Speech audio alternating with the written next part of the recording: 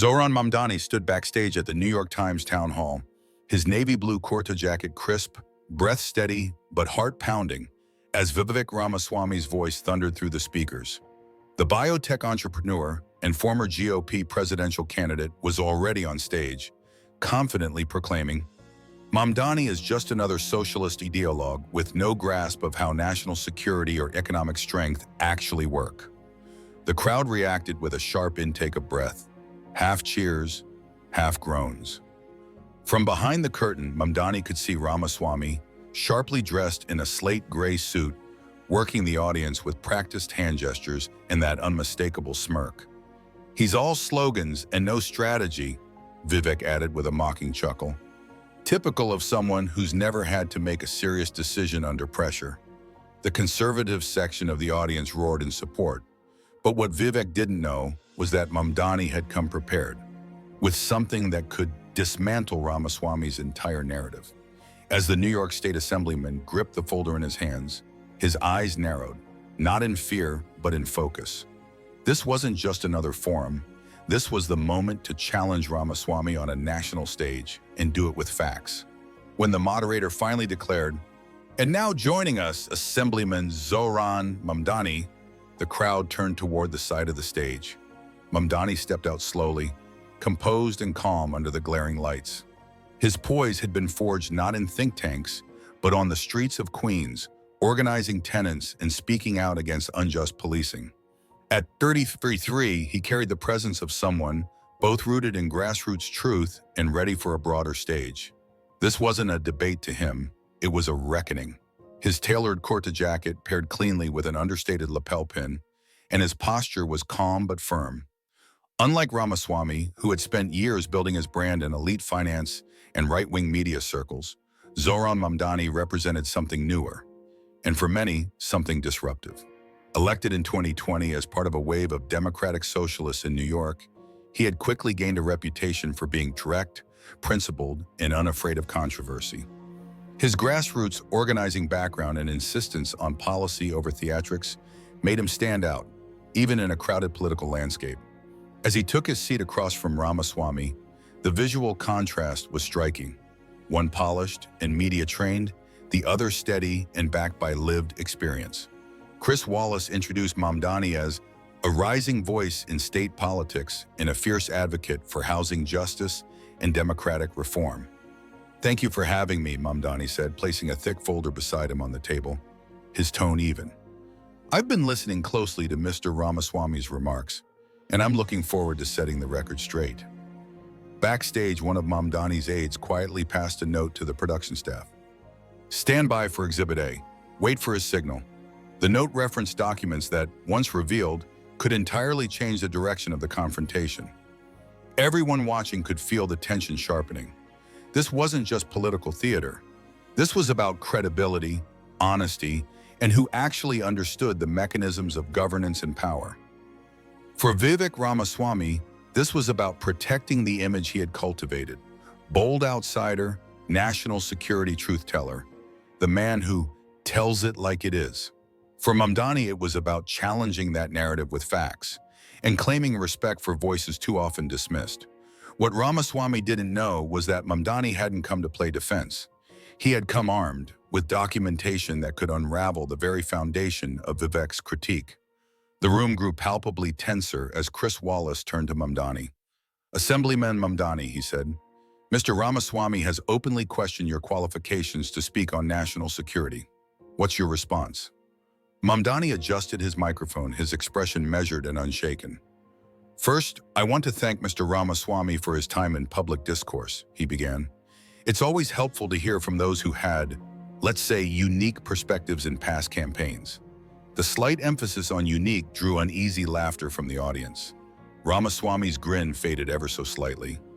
"But I do find it interesting," Mamdani continued, "that Mr. Ramaswamy questions my right to speak on security when my own legislative role includes direct oversight of police budgets, surveillance technologies, and emergency response protocols, matters that fall directly under the umbrella of domestic security." Before Mamdani could continue, Ramaswamy leaned forward and interrupted.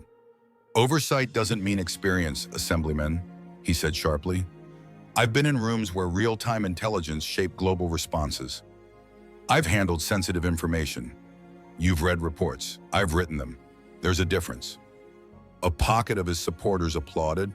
Wallace tried to redirect, but Ramaswamy pressed on, louder now. The American people deserve more than activists with talking points. When was the last time you were briefed on a direct domestic threat? Have you ever made a decision that could prevent a crisis? Or are you just here for the optics? The questions were rapid, condescending, and calculated, designed to rattle, to dominate. Some in the crowd cheered, others shifted uneasily, watching as Mamdani sat still, listening, absorbing. Not intimidated, simply waiting. He wasn't here to argue with volume. He was here to end the performance with facts. This administration and its defenders, people like Assemblyman Mamdani, have weakened our national credibility, Ramaswamy declared, his voice rising. Our adversaries are emboldened because they see indecision and ideological confusion.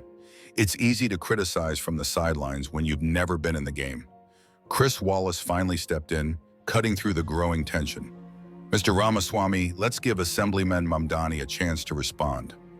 Mamdani remained composed, though his gaze had sharpened during Ramaswamy's monologue. Thank you, Chris, Mamdani said, his voice steady. Mr. Ramaswamy seems very concerned with the proper handling of sensitive information, which I find interesting, given his own history. He glanced down at the folder beside him, though he left it closed for now. Before we get to that, let me remind the audience. Legislative oversight of public safety, surveillance programs, and emergency spending is not sitting on the sidelines. It's called doing the job we were elected to do. Ramaswamy scoffed audibly, shaking his head in exaggerated disbelief. The camera caught Wallace arching an eyebrow at the interruption. So did the crowd. In addition, Mamdani continued, unfazed, my background as a community organizer and housing rights advocate has taught me the delicate balance between security and civil liberty. Those values aren't enemies. They are supposed to function together, side by side, in a healthy democracy. Pretty words, Ramaswamy interrupted again, the sarcasm heavy in his tone. But like I said, no substance, just more political theater. Exactly what I've been warning about. Performance instead of actual experience. The audience reaction was split. Some clapped. Others bristled at the repeated interruptions. Wallace turned to Ramaswamy. Mr. Ramaswamy, you've made your point.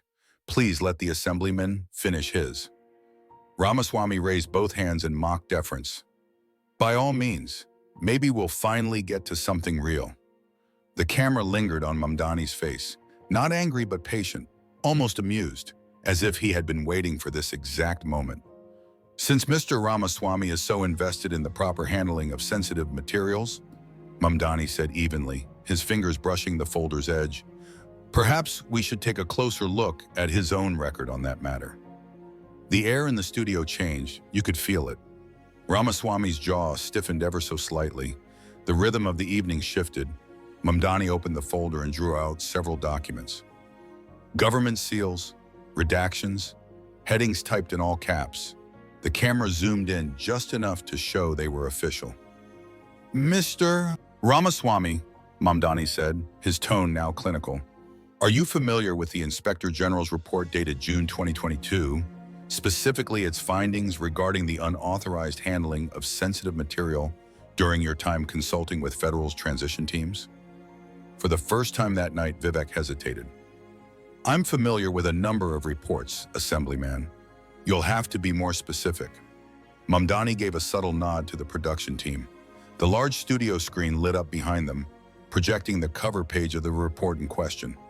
Highlights appeared on command. Page 47, paragraph 3, Mamdani continued calmly. It specifically names you, Mr. Ramaswamy, in what the Inspector General described as troubling breaches of established information protocols. Those are their words, not mine. Gasps murmured through the audience. Ramaswamy's confident veneer faltered. He didn't smile. He didn't interrupt. For the first time in the entire broadcast, he was silent. The studio fell into a stunned silence. Even Chris Wallace appeared momentarily caught off guard by the unexpected turn. Ramaswamy's face had hardened, his earlier smirk now gone, replaced by a clenched jaw and pursed lips. "That report is completely out of context," he finally muttered, his voice lacking the confidence it once carried. "And large parts of it have been disputed by various officials." Mamdani nodded as if he had been waiting for exactly that response. "I thought you might say that," he replied calmly. "That's why I brought the follow-up assessment as well." He pulled out another document from his folder and laid it on the table. This one is dated September 2023.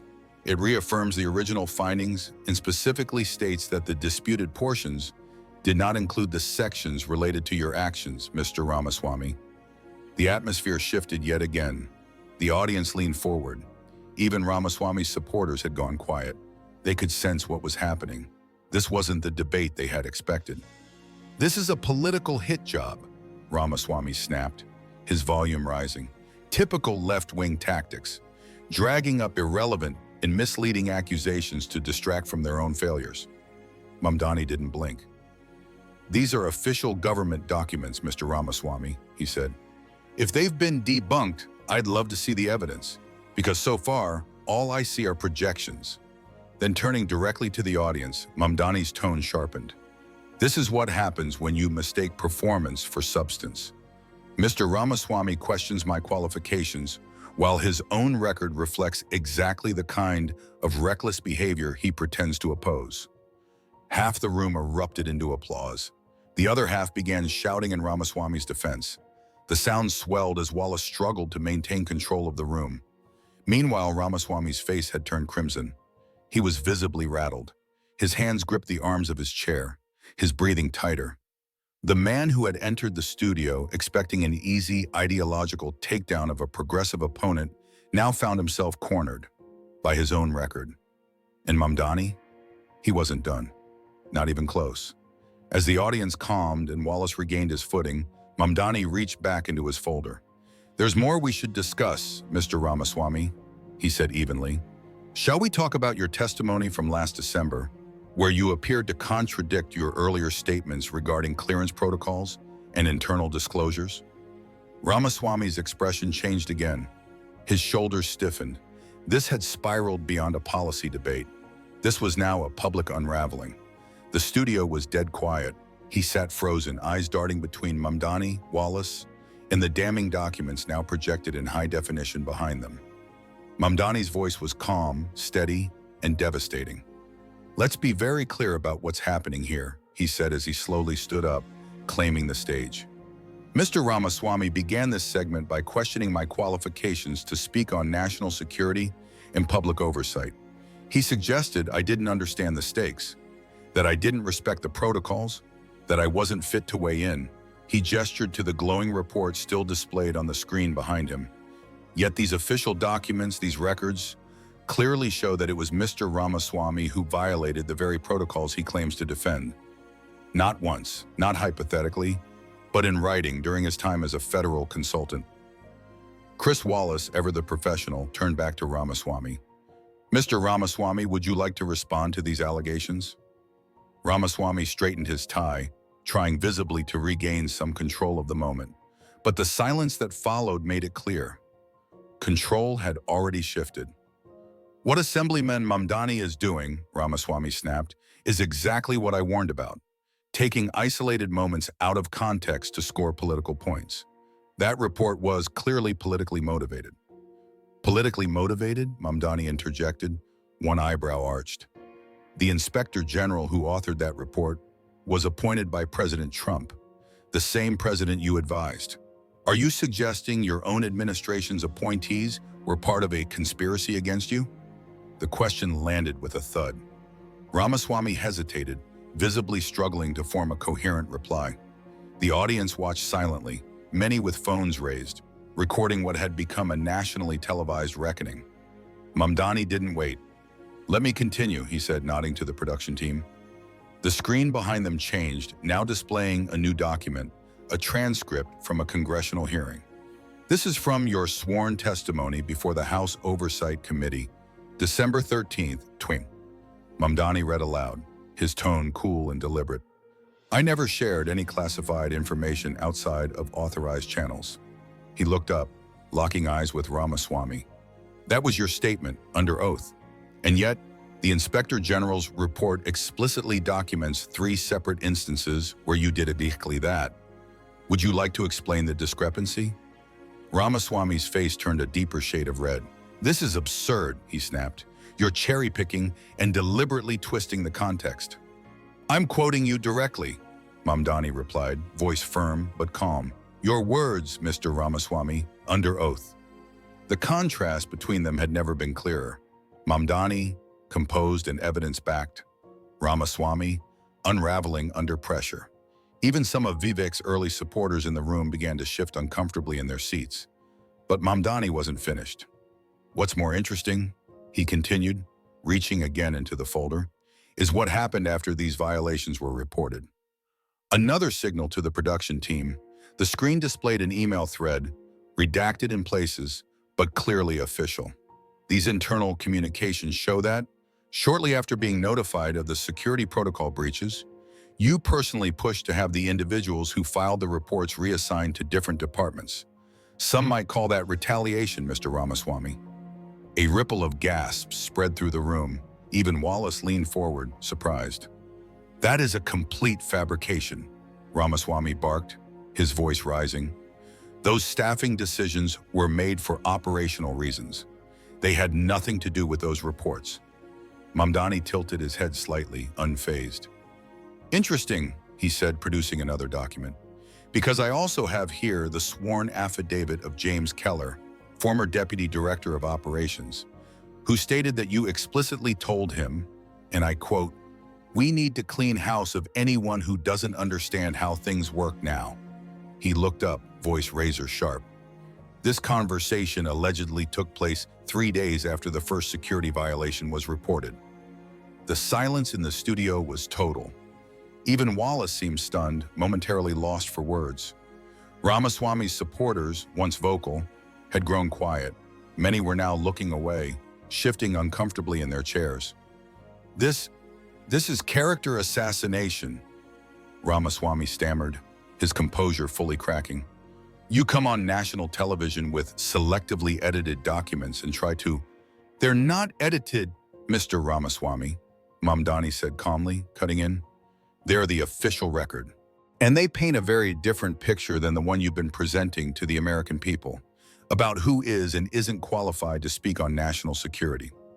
Mamdani turned to face the audience directly, his expression firm, voice resonant with calm conviction. "Let me be clear," he said. "I'm not bringing this up to score political points.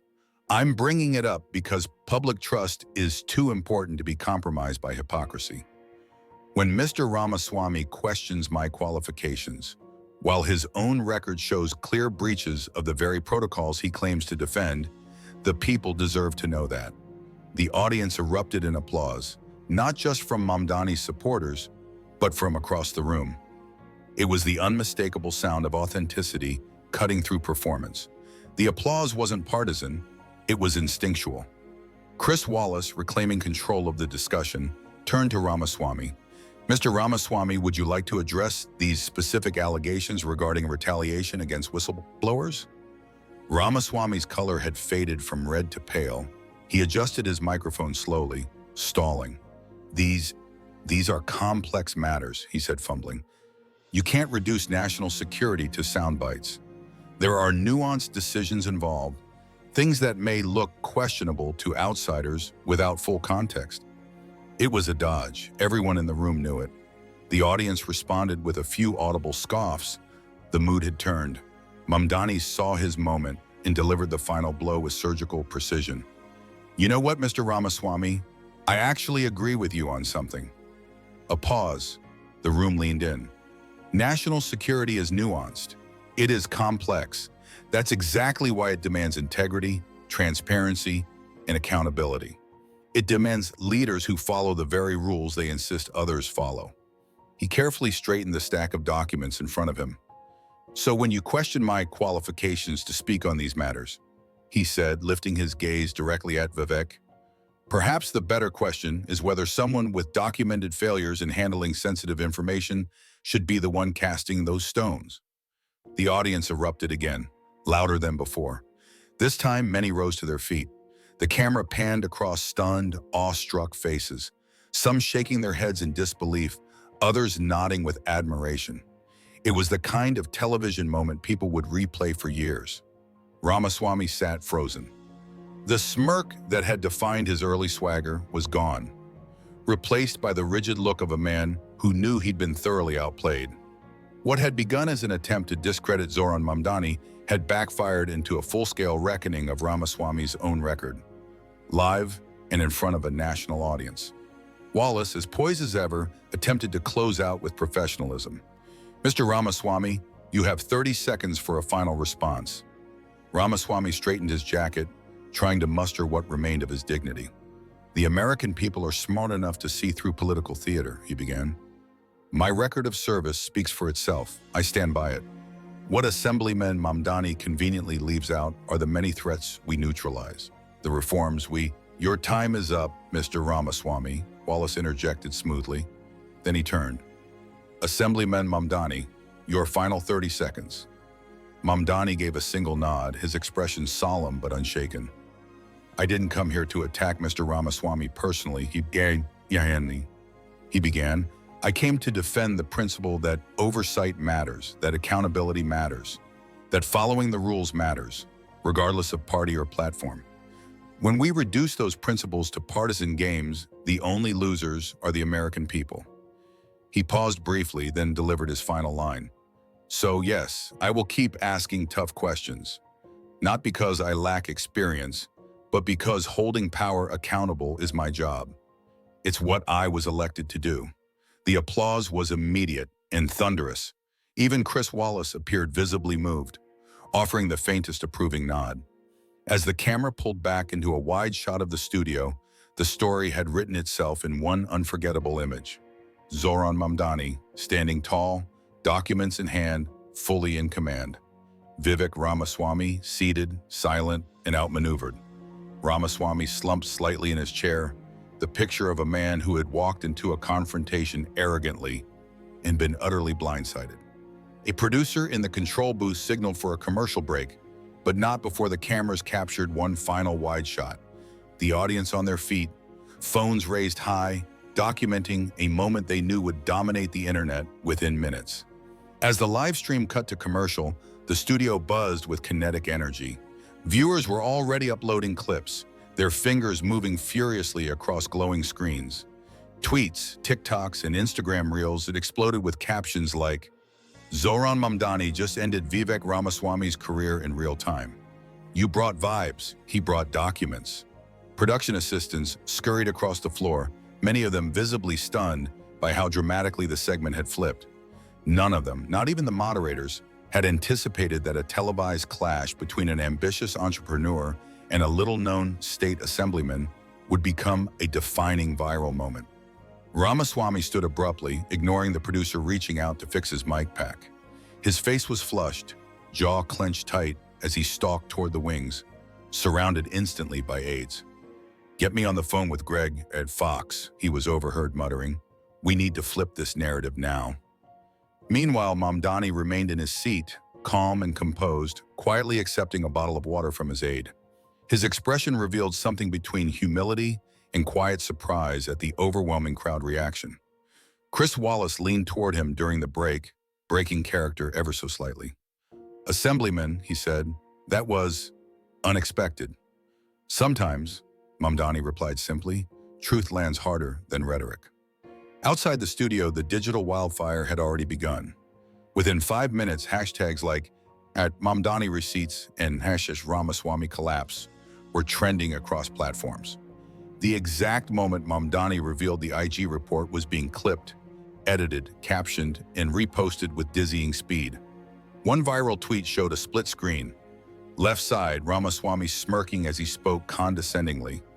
Right side, his ashen face frozen in silence as the evidence was read aloud.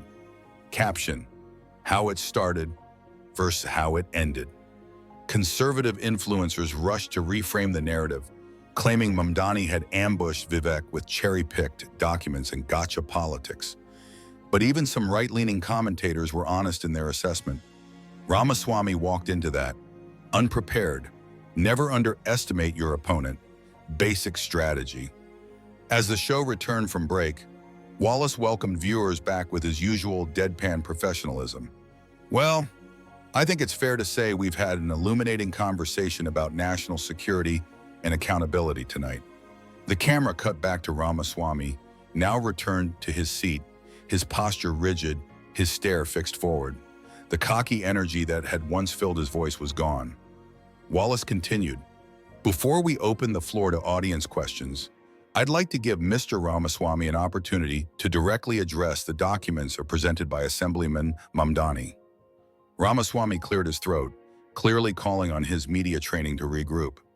"What we saw here tonight," he said, "was a textbook Washington gotcha moment. The Assemblyman brought selectively edited documents without proper context, designed to ambush, not to inform. But the performance didn't land. The damage had already been done. In the audience, there were a few sympathetic nods, but more than a few eye rolls. Even in recovery mode, Ramaswamy sounded like a man trying to put out a fire with a teaspoon.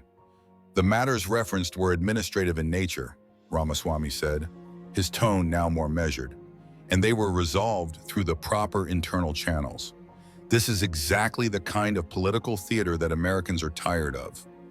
His voice had steadied, but it was too late. The damage had already been done. The audience's reaction was tepid at best. Several visible eye rolls could be seen as he tried to wave away the significance of the documents. Mamdani let him finish without interruption, waiting with calm poise. Then he responded with clarity. "With respect, Mr. Ramaswamy, these documents are complete and unedited. They were obtained through FOIA requests. They are not classified. They are public record." He turned slightly, addressing the room, not just the audience, but the cameras beyond it. "And the American people deserve to know the truth, especially when those who cast judgment on others pretend to be the gatekeepers of who gets to speak on national security." The first audience question came from a middle-aged woman in the front row who introduced herself as a registered independent. "Mr. Ramaswamy," she said, "given what we've just heard and seen, do you still stand by your earlier claim that Assemblyman Mamdani lacks the qualifications to speak on national security?" The question hung in the air like a slow-moving spotlight. Cameras zoomed in on Vivek's face, strained, cornered. His expression was a mixture of defensiveness and dawning realization that this appearance had spiraled completely beyond his control. His reply was clipped. "My point was, and still is, that there's a difference between theoretical knowledge and operational experience. Everything else is just a distraction." But the contrast in styles was growing increasingly stark with every passing minute. Ramaswamy's responses became more terse, more agitated, retreating into buzzwords and posture. Mamdani, meanwhile, had moved beyond the documents, speaking with thoughtful precision about the balance between transparency and protection, and how real national security cannot exist without public accountability in a functioning democracy. By the time the hour-long segment concluded, the story had completely reversed. What had been intended as Vivek Ramaswamy's opportunity to present himself as a seasoned authority and diminish a younger progressive voice had instead become Zohran Mamdani's breakout moment on the national stage. And outside the studio, the impact began to ripple outward almost instantly. Newsrooms across the country scrambled to cover the explosion. Mamdani's receipts. Assemblyman brings hard evidence in devastating exchange with Ramaswamy. Politico, from organizer to firebrand. How Zohran Mamdani's grassroots discipline led to Vivek Ramaswamy's televised reckoning. Reuters, Ramaswamy faces fallout after town hall. Clash sparks questions over security protocol violations. Even Fox News couldn't ignore the moment. Though their chyron read, Ramaswamy ambushed with misleading documents. Blames gotcha politics. Behind the scenes, the political implications were being recalculated in real time. Democratic strategists, who had once viewed Mamdani as principled but fringe, were suddenly asking, "Did you see Zohran on air? We need him at the national fundraiser next month." Republican operatives were equally frantic. Who prepped Vivek? This is going to loop all weekend. By nightfall, the confrontation had broken into pop culture. Late-night comedy writers rushed to fold it into monologues. One host quipped, "Vivek Ramaswamy learned a valuable lesson tonight. If you're going to walk into a debate swinging, you might want to check if your opponent brought a folder first. If you're going to challenge Assemblyman Mamdani, you'd better not miss, and maybe check if he brought a folder first." That line, first joked by a late-night host, became the unofficial summary of the night. In his modest hotel room that evening, Zohran Mamdani's phone buzzed nonstop. Congratulations flooded in. Colleagues, constituents, progressive leaders, and even a few surprise celebrities reposted the clip with fire emojis, quotes, and stunned reactions. His social media accounts exploded.